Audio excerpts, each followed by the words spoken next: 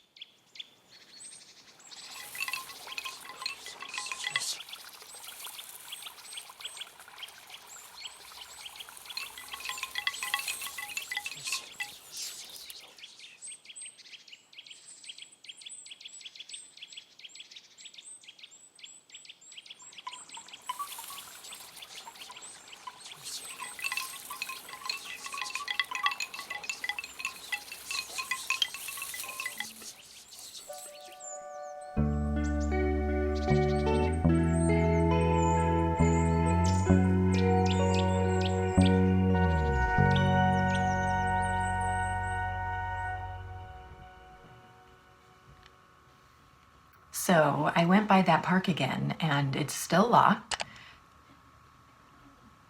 It looks so cool in there, I just really want to get inside. So I'm gonna talk to some neighbors who've lived in the area longer, and I've also been doing some research online about it.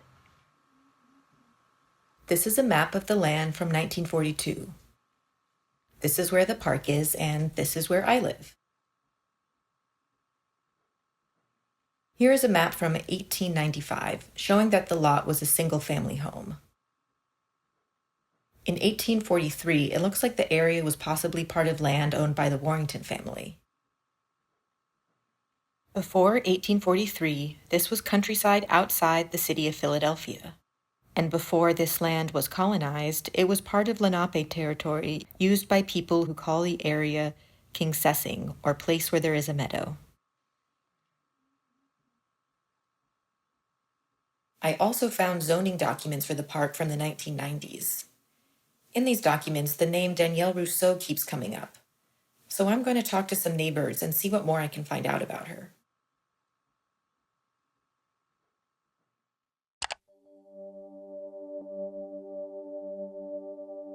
Danielle could get anything done. Danielle had organized the Squirrel Hill Community Association, and the primary focus, what I understood at the time, was on creating Squirrel Hill Park. Danielle is a very good executive. She is good at fundraising.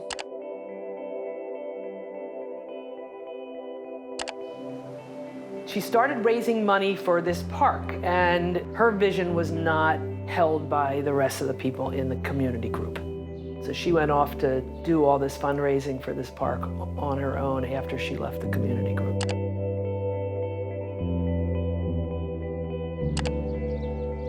Well, the park is across from her house. I could see myself, if I was living across from a pretty weedy, deserted lot, I would want to do something about it. She got like lots of different groups of people to work. Army Corps of Engineers was working in there. I don't know how she did all of that. Place was designed that it would stand the test of time. So when it shut down, a few people was disappointed, but then you had those that was glad it was closed. The last time I saw her, she was wearing a bandana over her face. And then I think she's kind of like locked herself in the house.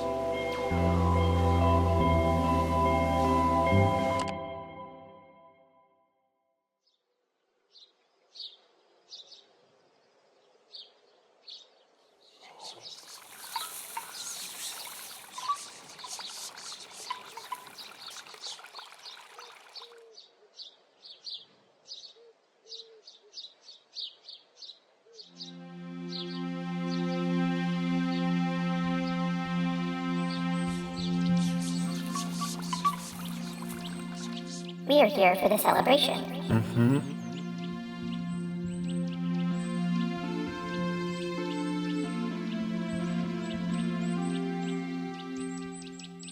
You know, this might be the last time we can do one of these here. Why do you say that? I heard the property has changed human hands. Property? What is that?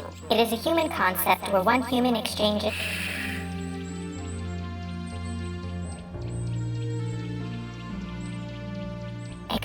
numbers, or as they call it, money, with another human. And then they get a bit of paper that says they own a certain area of land. But how do you own land? Humans think they can, and just do whatever they want to it and fight about it. Do we own anything? Well, we have ourselves and what we give each other. And right now, the squirrels are giving us a charming presentation of love, and you could give them your full attention and show some respect.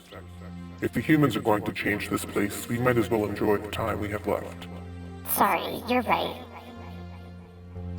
Lovely, just lovely. How nice, how pretty. Bravo. Bravo. Bravo, bravo.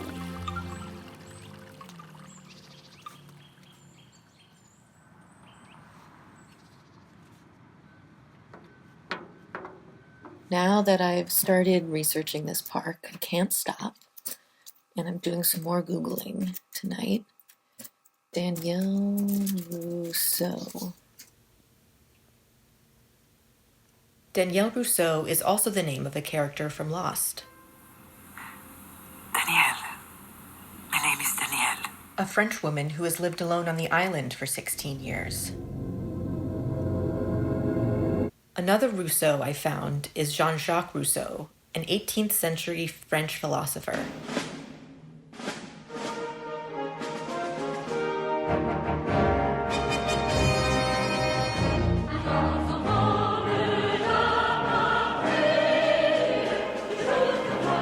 Then there is Henri Rousseau, a self-taught painter known for imaginary jungle scenes based on trips to Paris gardens and museums.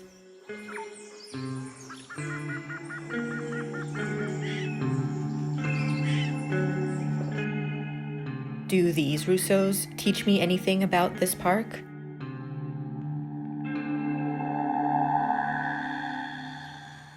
I was part of Squirrel Hill Community Association when it broke off from Cedar Park Community Association. There was a small neighborhood association that administered and programmed in the park. Our part in Squirrel Hill in that particular time was that we focused in on public safety, set up a police substation. Then we provided programming for the community, just to assure that that neighborhood continued to have a vibrant street life so that people would stay in the neighborhood. I remember someone in the organization wanted to have an event there, it's like a street fair, and use the park for performances. And Danielle, who lives just across the street, decided to come out to her front yard and sharpen her tools while the concert was going on.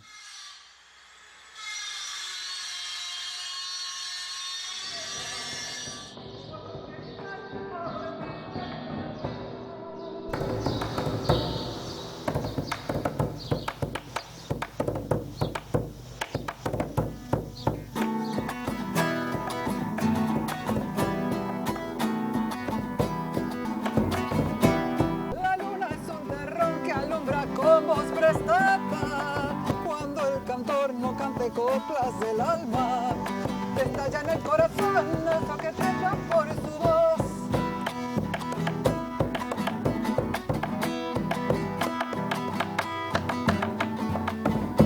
Cantar para cantar sin nada dice en tus versos. Ay, ¿para qué vas a callar al silencio? Si es el silencio cantor, el dueño de belleza en la voz.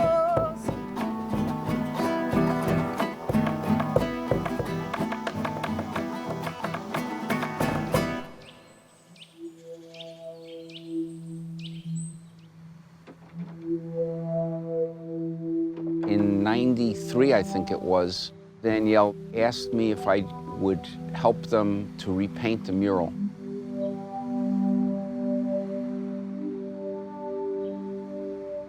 We worked on the bottom of the mural, but when we started trying to go up higher, the wall was unsound. So it was dangerous. And I told Danielle that I wouldn't work on that wall.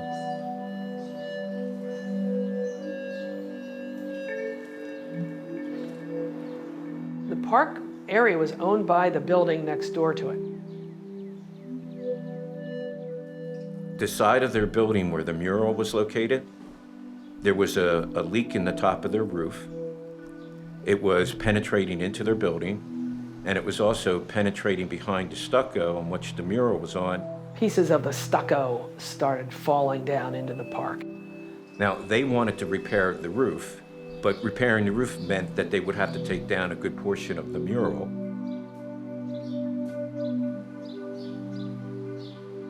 The problem seems to be that they cannot fix the wall because Danielle threatens them because the mural is protected by her. There were threats of lawsuits, and although we were willing to continue to administer the park, the owners, I assumed that they just didn't want to take on the risk that the wall was going to fall down during an event and injure somebody. It's an interesting idea that an individual can have a vision and they can really work hard to make that vision come reality. And that, on the other hand, the vision's not accessible to anybody else. It's the paradox of Squirrel Hill Park.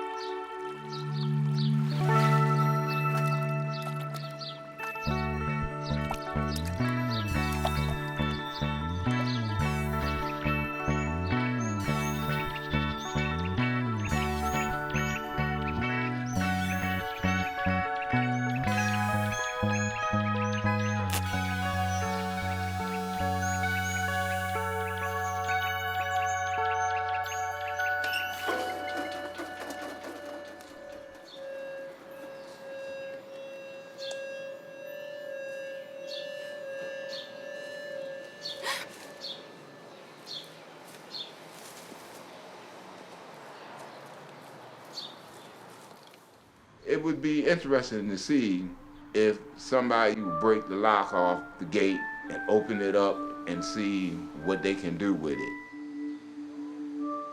I think I'd imagine something really intimate. a place where local musicians, local artists could gather, have little tables around where you could sit and chat and make friends.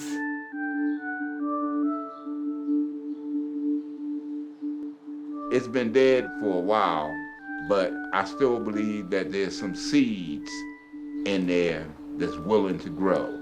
It only needs to be nurtured.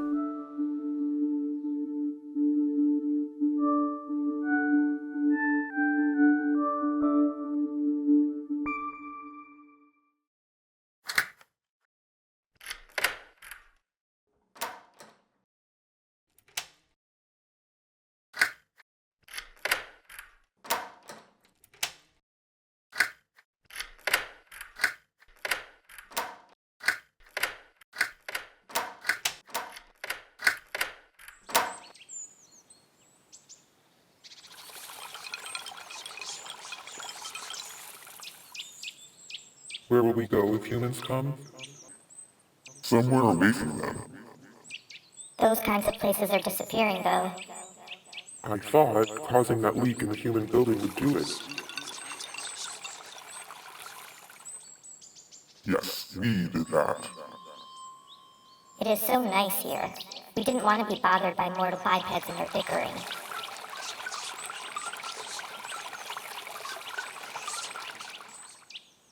We know you miss the humans, but we are most thankful you've held and protected us all these years. I'll send some goodwill to the human who made this place. That's one I'll admit to liking. I'll admit to not liking that one with the white hat. I think they left the gate unlocked. I wonder if other humans will come in.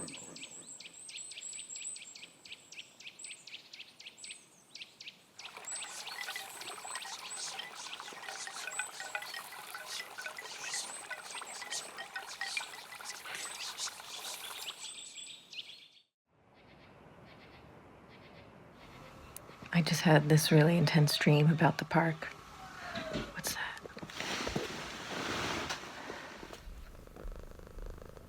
I've seen you looking into the park.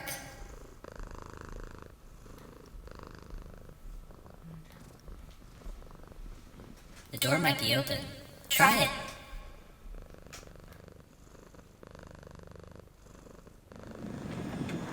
I'm just getting home from work and thought I'd try the door this time.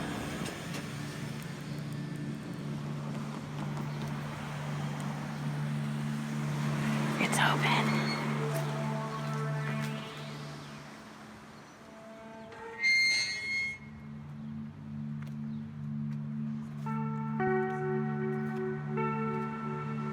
I've never seen it open before. Go away. Leave!